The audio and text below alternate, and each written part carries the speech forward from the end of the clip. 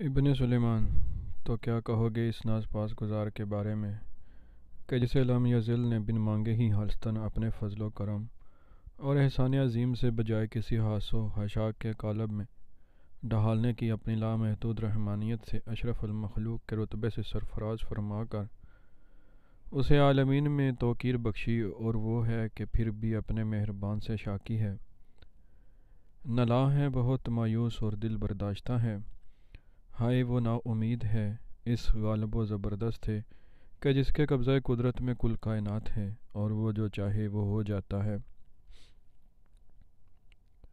وہ شکوہ کناں ہے اس رب کریم سے کہ جو اس کی ایک پکار پر 100 بار والہانہ لبیک کہہ کر اسے اپنی جانب بلاتا ہے، ہیلے بہانوں سے متوجہ کر کے اپنی راہ دکھاتا ہے، مگر وہ ظالم کے جس کی آنکھوں پر ناشکری کی سیاہ پٹی کس کر بندھی ہوئی ہے، اسے یہ صراط منیر بھلا کیوں کر دکھائی دے سکتی ہے؟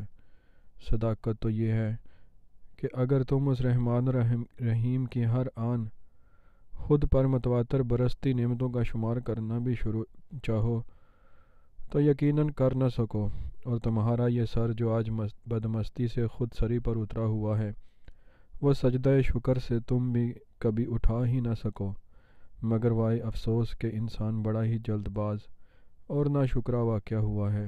سو ابن سلیمان، تم بھی ہو، ہاں تم بھی ہو۔ کیا بات کر رہے ہو حقان؟ آتش نے شعلہ بار نگاہوں سے ہاتھ باندھے مودب کھڑے حقان کو گھرتے ہوئے گھرا کر کہا۔ آتش کدے میں پولیس کا کیا کام؟ کام تو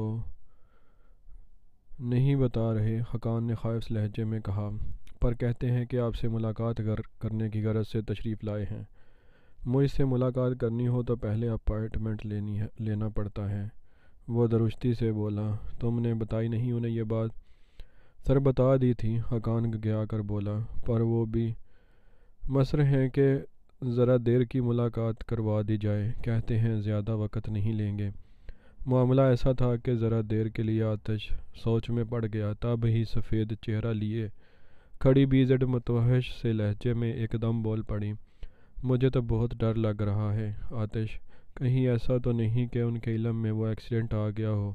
تم ایسا کرو کہ حقان سے کہلوا دو کہ تم گھر پر ہو ہی نہیں، ان سے ملنے جاؤ ہی مت۔ اس کی جان یقیناً سولی پر لٹکی ہوئی تھی، تب ہی الٹے سیدھے مشورے دینے لگی، کیسی بچوں جیسی بے سر و پا باتیں کر رہی ہو؟ آتش ماتھے پر بل ڈال کر ناپسندیدگی سے بولا، وہ گھر تک چل کر آئے ہیں تو یقیناً جانتے ہی ہوں گے کہ میں اس وقت گھر پر ہی موجود ہوں، پر آئے ہی کیوں ہیں یہاں؟ بی زیڈ روحان سے لہجے میں بولی، اب یہ تو ان سے ملاقات کے بعد ہی معلوم ہو سکے گا۔ ایک لحظہ توقف کے بعد جیسے کسی فیصلے پر پہنچ کر اس کا ازلی پرسکون اور پراعتماد انداز لوٹ آیا تھا، چلو چل کر دیکھتے ہیں کہ انہیں آتش کے گھر تک چلے آنے کی زحمت کیوں اٹھانا پڑی۔ اور حقان، تم میری بات سنو۔ ہوں، تو یہ سب کتابیں تمہاری ہیں؟ ڈرائنگ روم کی لان کی طرف کھلنے والی قد آدم کھڑکی کے ساتھ دھرے نیلے مخملی صوفے پر براجمان آباد سامنے شیشے کی میز پر پھیلی بلکہ گلابی پھول دار بستے سے برآمد کر کے پھیلائی گئی 11ویں اور 12ویں کی کتب کو سنجیدہ نگاہوں سے دیکھتے ہوئے پرسوچ لہجے میں بولے، جی۔ مقابل صوفے پر از حد بے چارگی سے بیٹھتی ستے ہوئے چہرے والی ورا کا یک لفظی جواب حاضر تھا۔ عباد نے کتابوں پر سے نگاہیں ہٹا کر اسے دیکھا، یہ تمہیں انٹر کے کمبائن پیپرز دینے کا مشورہ کس نے دیا تھا؟ کہنا وہ دراصل یہ چاہتے تھے کہ کس احمق نے دیا تھا، مگر چونکہ اس طرح کے الفاظ استعمال کرنے کی اجازت ان کے مزاج کی شائستگی انہیں نہ دیتی تھی، سو محض یہی کہنے پر اکتفا کیا، کسی نے نہیں۔ وہ تفاخر سے بولی، یہ میرا اپنا فیصلہ تھا۔ اس کا انداز کچھ ایسا معصومانہ تھا کہ عباد کے لبوں پر خفیف سا تبسم بکھر گیا۔ ٹھیک، وہ مسکراہٹ دبا کر بولے، تو کیا خیال ہے تمہارا، سارے پیپرز ایک ہی اٹیمپٹ میں کلیئر کر سکو گی تم؟ کوشش کروں گی، پھنسی سی بے یقین آواز میں جواب دیا گیا تھا۔ عباد یکلخت پوری طرح سنجیدہ ہو گئے۔ وہ تو ظاہر ہے کرنا ہی ہوگی کہ بار جو بہت لے لیا ہے تم نے اپنے سر پہ۔ اگر مجھ سے مشورہ کیا ہوتا تو میں یہی کہتا کہ پہلے پوری توجہ اور اطمینان سے فرسٹ ایئر کے پیپرز دو۔ بہرحال اب تو بس یہی ہو سکتا ہے کہ ہر طرف سے توجہ ہٹا کر جی جان سے محنت کرو۔ جی اچھا، ویسے یہ تو بتاؤ کہ کون سا سبجیکٹ تمہیں سب سے زیادہ مشکل لگتا ہے؟ پڑھنے میں زیادہ دشواری محسوس ہوتی ہے؟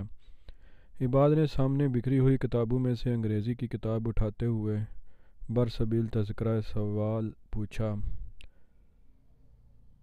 تقریباً سب ہی کو بے تحاشا انگلیاں مروڑتے ہوئے شرمندگی سے لبریز لہجے میں اس نے بتایا تو ایک مرتبہ پھر عباد بے ساختہ مسکرا دیے، مگر فوراً سے پیش تر سنبھل کر بولے، ٹھیک ہے کوئی بات نہیں، تب پھر ایسا ہے کہ ہم پہلے انگلش پر فوکس کر لیتے ہیں۔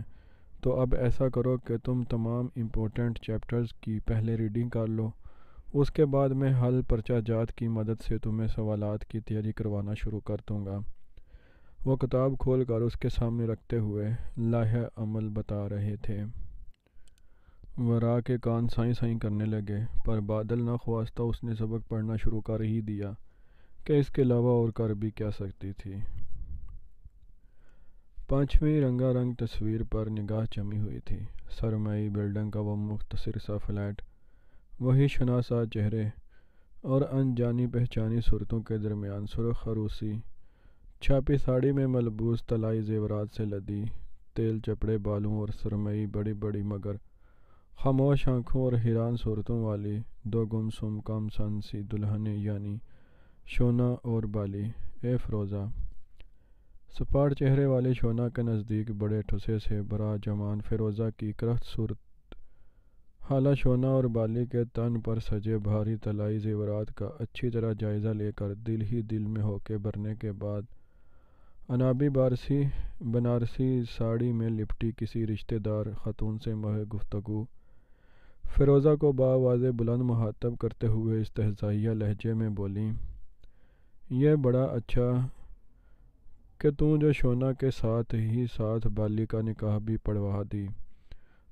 تمرے یعنی تمہارے گھر تو یوں بھی پورا جمعہ بازار لگا ہوا ہے لڑکیوں کا، حالانکہ خود ان کی اپنی 8 درجن لڑکیاں تھیں، مگر انہوں نے فیروزہ کو جتانا ضروری سمجھا۔ ہاں تو اب آپ بھی کچھ سبق سیکھ لینا ہماری امی سے۔ دلہن بنی بالی، جو واضح طور پر اپنے نکاح سے خوش دکھائی دیتی تھی، کٹ گہنے پن سے ایک دم بول پڑی، کر دینن اپنی شمی زیبی کا بیاہ۔ شونا باجی سے 2-4 برس تو ضرور ہی بڑی ہوں گی۔ ارے باپ رے! جملہ حاضرین میں سے اکثریت کو بالی کی برجستگی پر بے اختیار مسکراتے دیکھ کر خالہ شمی کے پتنگے لگ گئے۔ کیسا قطر قطر زبان چل رہا ہے تمرا! ارے دلہن بنی بیٹھی ہو، روپ نہیں چڑھے گا تم پر؟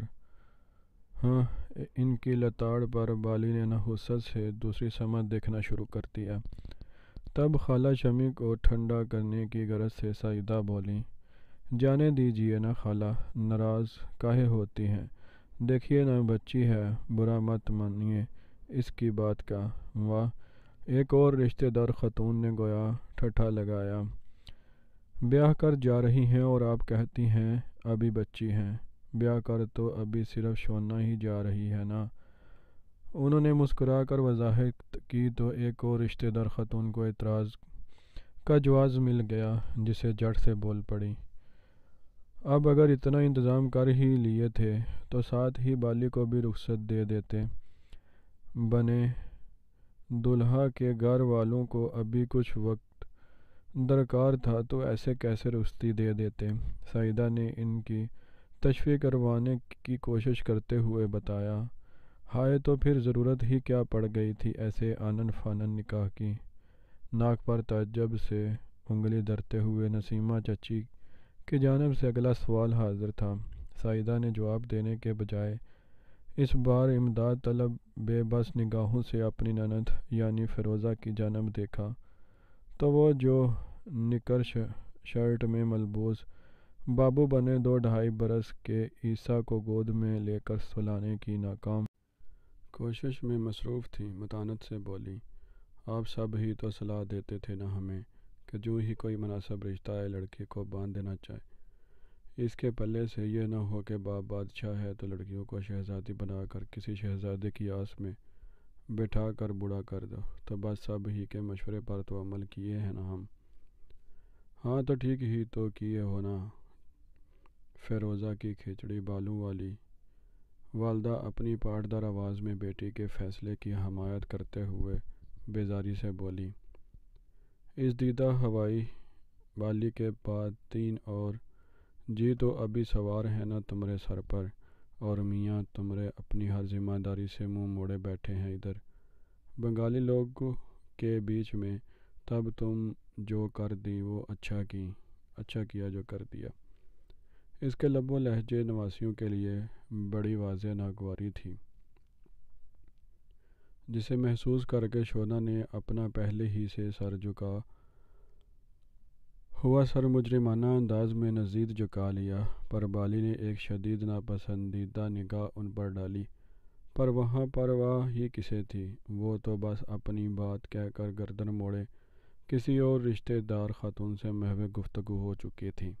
نغمہ، اب تو سب اپنی اپنی باتوں میں لگ گئے ہیں، اب تو ڈھول بجانا لا یعنی بحث کے تمتمے ہی زرق برق سنہری فراق پاجامے میں ملبوس موقع کی مناسبت سے سجی سنوری اپنی سہیلیوں کے جرمٹ میں وفور شوق سے ڈھول اپنے سامنے درے بیٹھے نغمہ کو اس کی ایک پڑوسن سہیلی منو نے کوہنی مار کر متوجہ کرتے ہوئے کہا، لے۔ نغمہ کا سارا جوش و خروش نانی کی تلخ باتوں نے جاگ کی طرح بٹھا دیا تھا، چنانچہ وہ خالی بے دلی سے ڈھول منو ہی کے حوالے کرتے ہوئے مدھم لہجے میں بولی، تو خود ہی بجا لے۔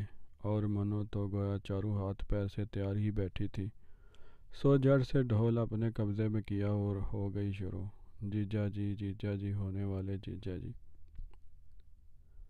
خادم کو امیر علی خان کہتے ہیں۔ آتش کے ہلکے اور گہری سرمئی رنگ کے امتزاج سے آراستہ پرشکوہ مہمان خانے میں موجود وہ خوش آمد پروقار بروب چہرے والا ادھیڑ عمر باوردی شخص بظاہر آنے ازلی نرم و مطمئن انداز سے مسکراتے در حقیقت اندر ہی اندر ان کی آمد پر سخت پریشانی و اضطراب کا شکار آتش سے گرم جوش مصافحہ کرتے ہوئے اپنا اور اپنے برابر میں کھڑے حاسی متاثر نظروں سے در و دیوار کا جائزہ لیتے نوجوان کا تعارف کراتے ہوئے بولا، اور یہ ہیں ہمارے جونیئر فاروق احمد، خوش آمدید خوش آمدید۔ آتش امیر علی خان کے بعد فاروق احمد سے ہاتھ ملاتا ہوا خاصی خوش حلقی سے بولا، آپ کھڑے کیوں ہیں سرکار، تشریف رکھیے۔ اور تم خاقان؟ وہ اپنے خود سے چند قدم فاصلے پر ہاتھ باندھے حکم کے بموجب کسی بھی ہنگامی صورتحال سے نمٹنے کے لیے مستعد ہمہ تن تیار کھڑے خاقان کو مڑ کر آنکھ سے سب خیر ہے کا خفیف سا اشارہ کرتے ہوئے بولا، تم جاؤ اور جا کر مہمانوں کے لیے اچھی سی چائے لے کر آؤ، آپ کچھ ٹھنڈا لینا پسند کریں گے؟ بولتے ہوئے اس نے خاقان کی جانب سے چہرہ موڑ کر دوبارہ ان دونوں کی جانب مستفسرانہ نگاہوں سے دیکھا۔ یوں بھی موسم تو آج کل کچھ گرم ہی ہے، پر آتش کدے کے مکینوں کو تو محسوس نہیں ہوتا ہوگا۔ فاروق دیوار پر نصب مسلسل ٹھنڈا گلتے اسپلٹ کو دیکھ کر خواہ مخواہ مسکرایا تھا۔ آتش نے اس بار بڑی گہری اندر تک اترتی نگاہوں سے بغور اس نوجوان کا چہرہ دیکھا۔ آپ نے درست فرمایا۔ وہ اس بار اپنے مخصوص مقابل کو ٹھٹھرا دینے والے سرد انداز سے مسکرا کر بولا، باہری موسم کے سرد و گرم کا احساس واقعی آتش کدے کے مکینوں کو نہیں ہو پاتا، ہاں مگر اور بہت کچھ ہے جس کا ادراک اپنی زیر نگاہی کی بدولت ہمیں فوراً ہی ہو جاتا ہے۔ بہرحال آپ تشریف رکھیے اور خاقان تم جاؤ جا کر چائے ہی لے آؤ، وہ تحقیرانہ لہجے میں بولا، تو سر اس بات میں ہلا کر خاقان تعمیل کو فوراً ہی مہمان خانے سے نکلتا چلا گیا۔ حالانکہ آپ کو اس تکلف کی چندہ ضرورت نہیں تھی۔ امیر علی خان اپنی نشست سنبھالتے ہوئے بولے، لیکن اگر آپ چائے پلانے پر مصر ہیں تو ہم ضرور پئیں گے۔ ارے سرکار! آتش بڑے تمطراق سے ان کے مقابل براجمان ہوتے ہوئے جواباً بولا، خالی ہولی چائے لانے میں تکلف کیسا؟ ہاں، اگر آپ آمد سے پہلے مطلع کر دیتے تو یقیناً آپ کے شایان شان مدارت ضرور کی جاتی۔ اطلاع کر کے آتے تو کیا یہ ملاقات ممکن ہو پاتی؟ فاروق کے لبوں پر مستقل ایک معنی خیز پر اسراری مسکراہٹ رقصاں تھی، جو معاونیت سے بولا۔ پر آتش اس بار نہ ٹھٹکا، نہ اس کی مسکراہٹ سے الجھا اور نہ ہی پریشان ہوا، بلکہ دھیرے سے مسکرا کر جواب دیا، آپ کی باتوں سے مجھے مسلسل خطرے کی بو آ رہی ہے۔ فاروق صاحب، ماجرا کیا ہے؟ آپ کی آمد خیر سے تو ہوئی ہے نا؟ آتش اپنی مقناطیسی نگاہیں فاروق کے چہرے پر جما کر بظاہر شائستگی سے بولا، تب فاروق کے چہرے پر واضح طور پر ایک رنگ آ کر گزر گیا۔ تب ہی امیر علی خان ایک دم بولا، جی جناب، بالکل خیر ہے۔ دراصل آپ کے دولت قدے پر حاضری کا سوچ تو ہم کئی دنوں سے رہے تھے، پر ہر بار ہی پیشہ ورانہ مصروفیات کی بنا پر آپ کے ہاں آنے کا موقع ہی نہیں مل سکا۔ وہ تو ہمارا آج آپ کے علاقے میں کسی کام سے آنا ہوا تو بس موقع نکال کر چلے آئے ادھر۔ زہ نصیب! وہ سر کو ذرا خم کر کے بولا، آتش قدے میں آپ کی آمد ہمارے لیے باعث افتخار ہے۔ کیوں شرمندہ کرتے ہیں سر آتش؟ امیر علی خان نے کہا، یہ تو آپ کا بڑا پن ہے کہ ہمارے یوں خلاف تہذیب بنا اطلاع دیے چلے آنے پر بھی آپ جیسی مصروف شخصیت نے ہمیں نامراد نہیں لوٹایا۔ واللہ جیسا سنا تھا آپ کو اس سے کہیں بڑھ کر منکسر المزاج اور وضع دار پایا ہے۔ لب و لہجے کی متانت اور خوش اخلاقی آپ کی اضافی خوبیاں ہیں۔ آپ سے ملاقات کے بعد خوبی اندازہ ہو رہا ہے کہ عوام الناس میں آپ یوں ہی مقبول نہیں ہو رہے۔ دراصل ہمارا ہیڈ کوارٹر اس ماہ ایک تربیتی ورکشاپ کا انعقاد کر رہا ہے، اور میں ذاتی طور پر چاہتا ہوں کہ آپ بھی وہاں تشریف لائیں اور اپنے افکار سے ہمیں مستفیض فرمائیں۔ موزوں ترین الفاظ میں امیر علی خان نے اپنا مدعا بیان کر دیا۔ تب اپنے سینے پر دایاں ہاتھ متشکرانہ انداز میں رکھ کر سر کو ذرا خم کر کے آتش بڑی عاجزی سے بولا، کر سراپا مشکور اور ان تحسین آمیز الفاظ پر آپ کا از حد ممنون ہوں، پر آپ کی یہ دعوت قبول کرنے میں متعمل یوں ہے کہ اس نے سیانوں سے سن رکھا ہے کہ وردم والوں کی نہ تو دوستی اچھی اور نہ ہی دشمنی۔ ہمارے مابین دوستی ہو جانا تو واقعی مشکل ہے، ہاں مگر دشمنی؟ اتنی دیر سے لب بستہ فاروق پھر بولا، اس پر سوچا جا سکتا ہے۔ ہمارے پاس گدڑ سنگی ہے فاروق صاحب۔ وہ چمکتی آنکھوں سے اسے دیکھ کر بہت برے لہجے میں بولا، ہم دشمنوں کو دوست بنانے کے ہنر سے بخوبی واقف ہیں۔ آپ اگر ایسی کوشش کرنا بھی چاہیں تو ناکام ہی ہوں گے، اور اگر نہ ہوا تو؟ اس نے آتش کی آنکھوں میں براہ راست جھانکتے ہوئے استفسار کیا۔ آتش بے ساختہ کھل کر مسکرا دیا، پھر تب کی تب دیکھی جائے گی۔ یہ آپ بھی کس کی باتوں کو سنجیدہ لے بیٹھے سر آتش؟ امیر علی خان گفتگو کو سنجیدہ رخ پر جاتے دیکھ کر شگفتگی سے بولا، انہیں تو جگہ بے جگہ مذاق کرنے کی علت ہے۔ علت تو مت کی ہی ہے جناب، آتش نے نرمی سے ٹوکا، بلکہ یہ تو بڑی اچھی عادت ہے۔ شگفتہ مزاج لوگ عموماً بڑے دلچسپ ہوتے ہیں، سو یہ بھی ہے۔ فاروق احمد اپنی اس توصیف پر بولا کچھ نہیں، بس ہلکا سا مسکرا دیا۔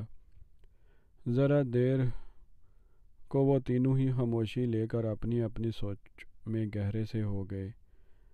پھر میں پر امید ہوں کہ آپ تشریف لائیں گے ورکشاپ میں۔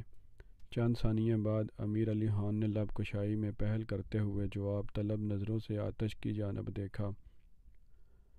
باضابطہ دعوت دی گئی تو کیوں نہیں؟ وہ بہت بڑی مسکراہٹ لبوں پر سجا کر متانت سے بولا، بہرحال یہ چائے آ گئی، آپ چائے تو لیجئے۔ ایک اور ہنگامہ خیز دن تھکن سے چور چور ہو کر رات کی نرم و مہربان آغوش میں تھک کر کبھی کا آنکھیں موند چکا تھا۔ گوشہ عافیت کے مکین بھی اپنے اپنے کام دھندوں سے فراغت پا کر ایک اچھا سا عشائیہ تناول کر کے روزانہ کی طرح لاؤنج میں بیٹھک لگا کر رجا کے ہاتھ کی مزیدار سی دم والی چائے سے لطف اندوز ہونے کے بعد آرام کی غرض سے اپنے اپنے کمروں کی جانب بڑھ ضرور گئے تھے، پر سچی بات تو یہ تھی کہ سوائے گھر کے بڑوں یا پھر معصوم سے مہران اور اپنے معاملات پر بڑی سختی سے کاربند رہنے والے عباد کے آرام کرتا کوئی نہ تھا کہ ساری ہی نئی پود رات گئے تک جاگنے کی عادی تھی۔ یوں تو رات سونے سے قبل کچھ دیر کسی مشکل سے نام والی بھاری بھرکم سی کتاب کے مطالعے کے عادت تو عباد کو بھی تھی، پر وہ وقت سے سو بھی جایا کرتے تھے۔ عباد کے بعد اینا وہ خوش نصیب ہستی تھی کہ جنہیں علیحدہ کمرہ میسر تھا۔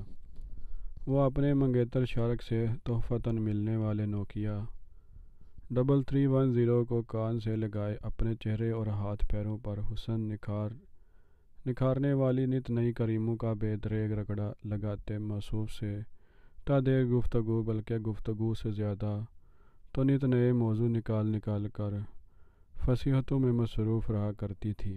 ارسم مہران مفتاح کا کمرہ چونکہ مشترکہ تھا اور ارسم کو پڑھائی کا وقت رات کو ہی دستیاب ہوا کرتا تھا، سو وہ جلد نیند کی آغوش میں چلے جانے والے مہران کا خیال کر کے اپنا لیپ ٹاپ اور کتابیں اٹھا کر اوپری منزل کے لانج سے ملحقہ ٹیرس پر لے آتا تھا اور وہاں درے رنگ اڑے بید کے پرانے صوفے پر اطمینان سے بیٹھ کر یکسوئی سے پڑھائی کیا کرتا، اور مفتاح لانج میں بیٹھ کر کبھی رجا کے ساتھ کارڈز کھیلتے ہوئے تو کبھی ورا کے ساتھ لوڈو کی بازی لگا کر ارسم کی پڑھائی ختم ہونے کا تحمل سے انتظار کرتا کہ اس کے لیپ ٹاپ پر اچھی سی کوئی انگریزی فلم دیکھی جا سکے۔ رجا کو خواتین کے ڈائجسٹ چاٹنے کا شوق تھا، جبکہ واصلہ اپنے سنگل بیڈ کے سامنے دھری چھوٹی سی تپائی پر 14 انچ کے ہستہ حال کیبل سے محروم ٹیلی ویژن پر ٹی وی سے نشر ہونے والا حریر بے رنگ پھیکا میٹھا اور بوریت سے بھرپور پروگرام بنا پلک جھپکائے بڑی عقیدت مندی سے دیکھا کرتی تھی، اور جہاں تک رہی ورا کی بات، اسے اپنے واک مین پر ایف ایم سننے کا چسکا تھا۔ تاروں بھری رات سے لے کر کیفے کراچی تک وہ ہر پروگرام بڑے ذوق و شوق سے سنا کرتی تھی، اور آج خلاف معمول وہ ایف ایم سننے کے بجائے ہاتھ میں اردو کے نوٹس پکڑے زبردست طریقے سے ہل کر اپنا سبق رٹنے میں مصروف تھی۔ ہیں اور بھی دنیا میں چقندر بہت اچھے، کہتے ہیں کہ غالب کا ہے انداز بیاں اور خدا کا خوف کر ورا۔ رجا جو مفتاح کو کارڈ کی بازی ہرا کر شرط میں جیتی، فانٹا کی ٹھنڈی ٹھار 1 لیٹر کی بوتل اور مسالے دار چپس کا پیکٹ تھامے کمرے میں بڑی مسرور سی داخل ہوئی تھی، بے اختیار مسکرا کر ورا کو ٹوک بیٹھی۔ کیوں، کیا ہوا؟ وہ جو آنکھیں بند کیے رٹو طوطے کی طرح اپنا سبق دہرا رہی تھی، رجا کی آواز سن کر چونکتے ہوئے آنکھیں کھول کر ازحد تحیر سے استفسار کیا، یہ پڑھ کیا رہی ہو تم؟ وہ اپنی طرف کی سائڈ ٹیبل پر فانٹا اور چپس کا پیکٹ دھرتے متبسم لہجے میں پوچھنے لگی، ذرا ایک مرتبہ پھر پڑھنا۔ کیا پڑھ رہی تھی؟ واصلہ جو اپنا سبق یاد کرتی ورا کا خیال کر کے آج پی ٹی وی پر مستفیض ہونے کے بجائے کسی بے نام سے مصنف کے مبلغ 15 روپے میں بدھ بازار سے خریدے گئے انگریزی ہارر ناول میں اتنی دیر سے گوڈے غرق تھی، رجا کی بات پر ناول بند کر کے ایک طرف ڈالتے ہوئے پوری توجہ اور دلچسپی سے ورا کی جانب دیکھنے لگی۔ ہاں تو کیا غلط پڑھ رہی تھی؟ ورا اکڑ کر بولی، شعر یہی تو ہے کہ ہیں اور بھی دنیا میں چقندر بہت اچھے۔ مائی گاڈ، چقندر! واصلہ نے ضرورت سے کہیں زیادہ متعجب ہو کر آنکھیں پھاڑتے ہوئے کہا۔ یہ غالب نے کہا۔ یہ غالب نے کب کہا؟ جب بھی کہا ہو مجھے اس سے کیا۔ واصلہ کے تاثرات ایسے تھے کہ ورا بنا گئی۔ میں تو بس اپنا سبق یاد کر رہی ہوں۔ ضرور یاد کرو، رجا سنگار میز کے نچلے آنے سے کاغذی کپ برآمد کرتے ہوئے بولی، پر خدارا سخن ور کو چقندر تو مت بولو۔ ہیں؟ اس نے رجا کی نشاندہی پر ہنک پن سے بے اختیار ہاتھ میں پکڑے نوٹس کو دیکھا۔ یہ تو چقندر نہیں تھا۔ اسے کیا گویا یقین ہی نہیں آ رہا تھا؟ ہرگز نہیں تھا۔ واصلہ لبوں پر دل جلانے والی مسکراہٹ سجا کر بولی، اور ہو بھی کیسے سکتا تھا عزیزی ورا؟ رجا فانٹا کپوں میں انڈیلتے ہوئے لپک کر بولی کہ چچا نوشا کو چقندروں سے نہیں بلکہ میٹھے میٹھے رسیلے آموں سے عشق تھا۔ چچا نوشا کو اگر آموں سے عشق تھا تو میں کیا کروں؟ ورا خفت سے چڑھ کر بولی، تم دونوں کیوں خواہ مخواہ میرے پیچھے پڑ گئی ہو؟ کیونکہ ہم دل سے چاہتے ہیں کہ اس بار تم اپنا انٹر کلیئر کر لو۔ رجا فانٹا سے لبالب بھرا کاغذی گلاس اس کو دیتے ہوئے خلوص دل سے بولی، اور کیا؟ ورا نے اپنی پھسلی اینک ناک پر ٹھیک سے جماتے ہوئے تائید کی، اگر عباد بھائی سے پڑھ کر بھی تم انٹر کلیئر نہ کر سکی تو بس سمجھ لو پھر کبھی نہیں کر سکو گی۔ مر جاؤ تم دونوں۔ حسب عادت ورا بنا کر بولی، اب میں تم لوگوں کے سامنے پڑھائی کروں گی ہی نہیں۔ اس نے زوردار آواز سے نوٹس بند کیے۔ ہمارا کیا ہے، مت کرو، واصلہ نے گردن کو جھٹکا مارتے ہوئے کہا، اور کولڈ ڈرنکس کا گلاس جو رجا نے اسے تھمایا تھا فوراً سے بیشتر منہ سے لگا لیا۔ ہاں ہاں مت کرو۔ رجا مفتاح سے بازی جیت جانے پر کچھ زیادہ ہی ترنگ میں تھی، تب ہی مزے سے بولی، اور لو یہ چپس کھاؤ۔ قسم سے یار، مجھے تو اندازہ ہی نہیں تھا کہ شرط ہارنے والے کے پیسوں کی چیزیں اتنی مزیدار ہوتی ہیں۔